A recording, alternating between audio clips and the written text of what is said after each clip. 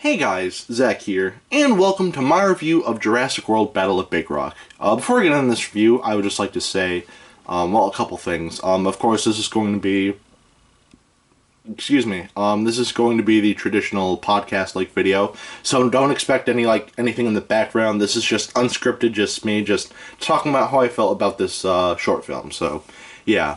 Anyway, this is also something else I feel like is necessary to bring up, but I'm actually not recording this in advance. I'm actually recording this the day I'm uploading this, which is actually September 22nd, 2019. So, yeah. I'm home this weekend, and Jurassic World Battle at Big Rock came out a week ago, so, yeah, I feel like, now's the good time to talk about it, excuse me. But before I talk about the movie itself, I just kind of want to give it a little bit of a history lesson. So, Battle at Big Rock was something that we've known about for a while, basically. Battle at Big Rock was something that, someone walked into a Walmart one day, and he saw a few new Jurassic World figures that he had not recognized, which was the Nasutoceratops and Allosaurus, but on their packaging, it said, as seen in Battle at Big Rock. Now, a lot of people were curious, what is Battle at Big Rock? What is that? What's going on here? And myself included, and they were just put on the shelves. They weren't announced at Toy Fair or anything like that. They weren't announced by Entertainment Earth or not even Mattel. They were just put on shelves one day, just out of the blues. And I felt that was probably the weirdest part. Which, by the way, just kind of off topic, but I do kind of want to talk about this. The Nasutoceratops, not a bad figure at all. I actually kind of like it for what it is, but I think the Allosaurus is just a complete disappointment. But that's just me. I feel like the tail is just way too short, and the legs just feel a little too stumpy. The rest of the sculpting looks very nice. I think the head looks great, but just the tail is just such a problem. And it can't even stand on its own because the legs are just too loose, so... yeah, the Allosaurus is trash, but the Nasutoceratops figure is not bad. But I digress. After months and months of waiting, Colin Trevorrow finally reveals what Battle at Big Rock is. Battle at Big Rock is going to be a short film that'll air, or not air, but it'll play before Hobbs and Shaw does, or Hobbs and Shaw? Whatever the new Fast and Furious movie is, it'll play before that. Unfortunately, the project got over budget, yeah, the budget was, getting out of hand, so they had to delay the project, and they ended up playing it on FX last Sunday, which was the 15th. Thankfully, they were nice enough to upload it to YouTube, so I watched it the next morning, and I actually watched it a couple times, and after watching it those couple times, I really liked it, truth be told. There are some things that I wasn't crazy about, which I'll talk about in a second, but... yeah, it's just 8 minutes, so it's nothing special. It's basically just something just short and sweet, but yeah, no, it was really good. So basically the story, it's simple, just a family is camping in the woods, and, Nasutoceratops appears. Everything's fine and dandy until an Allosaurus appears and causes trouble, and then the Allosaurus, fights the Nasutoceratops. The Nasutoceratops, runs away, or not runs away, it tries to protect its baby, but then the male comes along to help it, so they take the kid and they walk away, but then the Allosaurus is still there, and then the Allosaurus ends up destroying one of the campers, and then it runs away because it gets shot in the eye with a crossbow by a little girl. I'll talk about that more in a second, but yeah, that's pretty much it for, the short film. Not a lot, but again, it's only 8 minutes, so don't expect a huge story or anything like that. Just a simple, oh, family's camping, dinosaur attacks. That's honestly perfectly fine for the kind of movie this is. Just 8 minutes, just simple and to the point. So, yeah. First I'll talk about the things I didn't like about the movie, and then I'll talk about the positives. One thing I didn't like was, when the Nasutoceratops first appears, I didn't like how the parents just said, it's one of them. It kind of gives off that, Rise of the Planet of the Apes feel, where, the apes have taken over the world, and, it's one of them. They're back, or how did it get all the way here? And to me, I don't know, I just felt that line was just kind of not great. I feel like if they said something like, oh, look, or if they're just oh, look at the dinosaur, not just horror or anything like that. So, yeah, just at least a maze or something like that. Not just, it's one of them. How did it get all the way up here? So, yeah. There's a little girl in this movie who I didn't hate, but I also wasn't the biggest fan of her, truth be told. So Jurassic Park is one of those movies where, like, it tries to capture, like, the awe and wonder of dinosaurs for, like, you know, in a kid's perspective, because kids, like, you know, for the most, like, a kid's interest in dinosaurs is, like, you know, something that's, like, really magical, which I honestly believe. Like, it truly is something that's amazing. But, yeah, and trying to capture that, and I understand why it's there for Jurassic Park, or not so much for The Lost World, but for Jurassic World and in Fallen Kingdom. But here, I just felt it was just kind of forced. The little girl just, like, when the Nizoodoceratops appears, the little girl just says, "That's a Nizoodoceratops," and then the brother just asks, "Well, how do you know? Don't you see the horns? Oh, shut up, let me look at this," or something like that. And I feel like the little kid knowing everything about dinosaurs is just a little too much.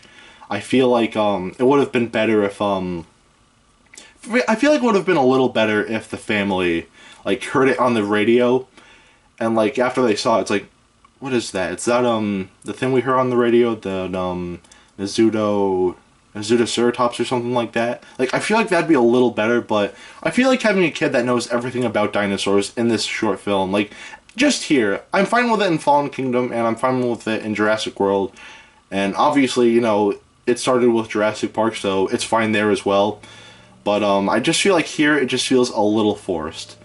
The ending with the crossbow I felt was a little cheesy as well, because the little girl just takes the crossbow and just shoots the Allosaurus in the eye after it tries to attack her family, which, you know, like, she's protecting her family, okay, but I don't know, I feel like if it was, like, the neighbor that was there, I feel like that'd just be a little better, so yeah, so that's pretty much, you know, all my complaints for Fallen Kingdom for the most part. There's actually one thing, the end credits, I actually really like the end credit scenes, but there was one with the Mosasaurus where I thought the effects there actually looked really bad, where a shark, like, grabs a seal and it's, like, in the air, and then the Mosasaurus just comes and, like, jumps out of the water and just grabs the shark midair. I feel like the effect for that, like, at least for the Mosasaurus, I feel like looked atrocious and looked like something that I'd see in, like, a YouTube video or something like that, but yeah. Anyway, that's it for negatives. Positives, what's going on? There are a lot of positives here. There are actually a lot of things I do like about this. Don't get me wrong when I say this, I am a big T-Rex fanboy. I love the T-Rex. At least when it comes to Jurassic Park, the T-Rex will always be my favorite dinosaur. But it's honestly nice to see a little bit of uniqueness here. Instead of having, like, a T-Rex and Triceratops fight, you know, it's just, or the T-Rex, because there's only one on the mainland, right now at least. You know, it's great to see, you know, just a little bit of a difference here. Just an Allosaurus and a Nizoodoceratops. But, yeah, and really quick, this is something else I want to say. I feel like the Allosaurus in this movie is designed very well. Be it a little too big, truth be told, the Allosaurus appears to be a little bigger than the T-Rex, which, again, I feel like is just a little too big, but if it was just a little bigger, I feel like it'd be, or a little smaller, I mean, I feel like it'd be a little better. But the Allosaurus is designed very well. And the Nizoodoceratops even looks great, too.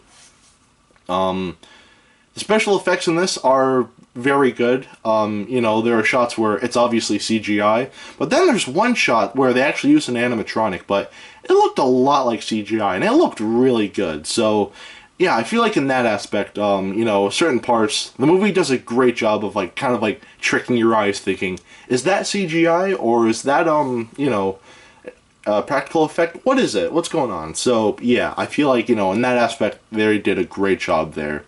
The end credit scene, besides the Mosasaurus bit, I thought the rest of it was really nice. You know, we just had a little montage of, like, dinosaurs interacting with people on the mainland, like, a small little group of compies are, like, attacking a little girl, and, like, there's actually one clip that I really liked where there are some fishermen on a boat, and there's just a parasaur in the background. To me, that was just really nice. That was probably one of my favorite parts of the end credit scene. And something else I really liked was how, during the end credits, they were playing the Lost World theme instead of the Jurassic Park theme, which I thought was very welcoming, so, yeah. And this short film is really suspenseful.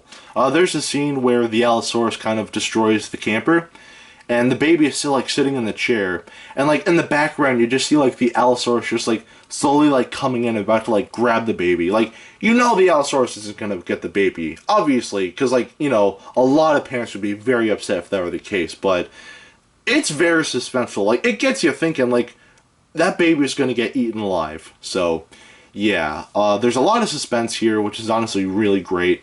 And yeah, so at the end of the day, I really like Battle at Big Rock. I feel like it was a great short film.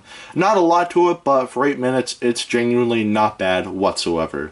If you do want to watch it, it's free on YouTube. You don't have to pay any sort of money or anything like that. Just go to YouTube and look up Jurassic World Battle at Big Rock, and it'll be there. So yeah, out of a 10, I'd say it gets a 7.5. There are some things that, you know, I didn't like, of course, like, as I talked about earlier on, the little girl knowing everything about dinosaurs, and some of the line delivery I wasn't really the biggest fan of, but for the most part, Battle at Big Rock, I feel, was a pretty great short film.